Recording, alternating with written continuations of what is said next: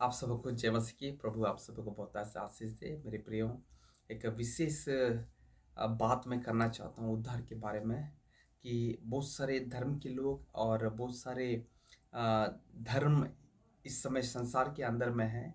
और अधिकतर धर्मों का जो विचारधारा है वो मोक्ष को लेकर वो ये है कि मनुष्य यदि पाप में पड़ा हुआ है और उसको अपने आप से ही उस पाप से निकलने का प्रक्रिया करना है।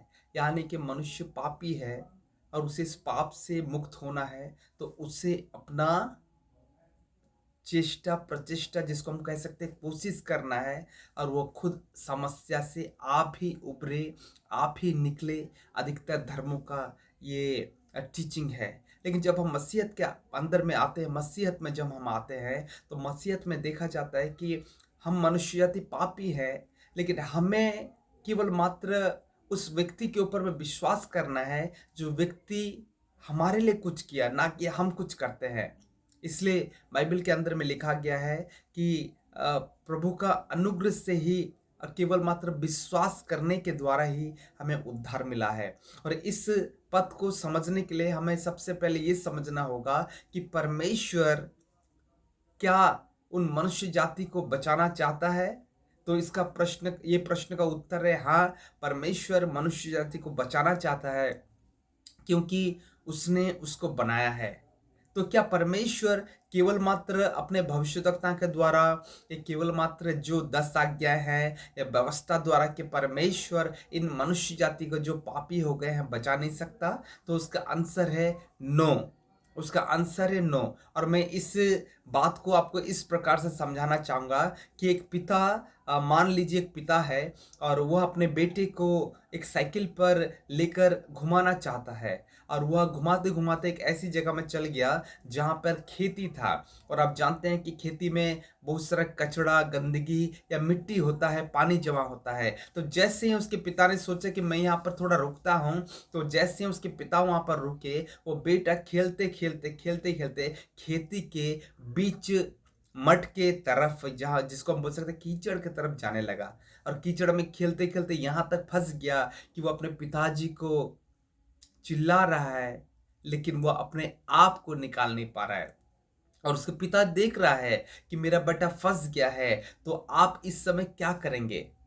क्या आप अपने बेटे को आप सिर्फ इंस्ट्रक्शन देंगे कि बेटा हाथ पैर मारो और आप निकल जाओ, या फिर आप अपने बेटे को सिर्फ ज्ञान की बातें बोलेंगे कि आप पैर को निकालो, आप हाथ को निकालो, आप जोर जोर से कूदो? या फिर आप ये करेंगे कि आप देख रहे हैं कि आपका बेटा कीचड़ से निकल नहीं पा रहा है, तो आप खुद कीचड़ में जाएंगे? मैं जानता हूं कि अधिकतर माता और पिता उस बच्चे को बचाने के लिए खुद कीचड़ में जाकर खुद गंदगी को झेलना भी पसंद करेंगे।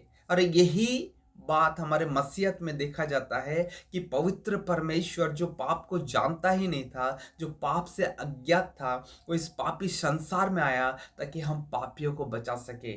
इसमें परमेश्वर का जो पवित्रता है वो कभी भी नष्ट नहीं होता, लेकिन हमारा जो पापीपन है वो जरूर पवित्रता में बदल जाता है। और ऐसा ही परमेश्वर ने किया। परमेश्वर ने अपने दासों के द्वारा बातें किया, परमेश्वर अपना व्यवस्था के द्वारा बातें किया, परमेश्वर पूर्व काल में हमारे पिताओं के द्वारा, बाप दादों के द्वारा बातें किया। लेकिन वो उसने देखा कि जब इस सारी प्रक्रिया के द्वारा मनुष्य जाति का उद्धार नहीं हो रहा है, तो परमेश्वर स्वयं हमें बचाने के लिए इस पापी संसार में, जिसको हम कह सकते हैं भ्रष्ट संसार में आया, ताकि वह आपको और मुझे बचा सके। और यही मसीहत का सबसे इंटरेस्टिंग भाग है। एक एक इंटरेस्टिंग पार्ट है कि परमेश्वर केवल मात्र हमें ज्ञान, बुद्धि या हमें ये नहीं कह रहा था कि तुम अपने कर्मों के द्वारा उद्धार पालो, तुम अपने कर्मों के द्वारा मोक्ष पालो, तुम भला करने के द्वारा पाप से निकल आओ, बाहर निकल आओ। लेकिन परमेश्वर इन सारी बातों को छोड़ परमेश्वर खुद हमारे स्थान पर आकर क्रूस की मृत्यु को सह लिया, क्रूस पर मारा गया, गाड़ा गया, तीसरे दिन जी उठा, ताकि हम केवल मात्र विश्वास करने से यीशु मसीह के ऊपर में विश्वास के द्वारा उद्धार को प्राप्त कर सकें।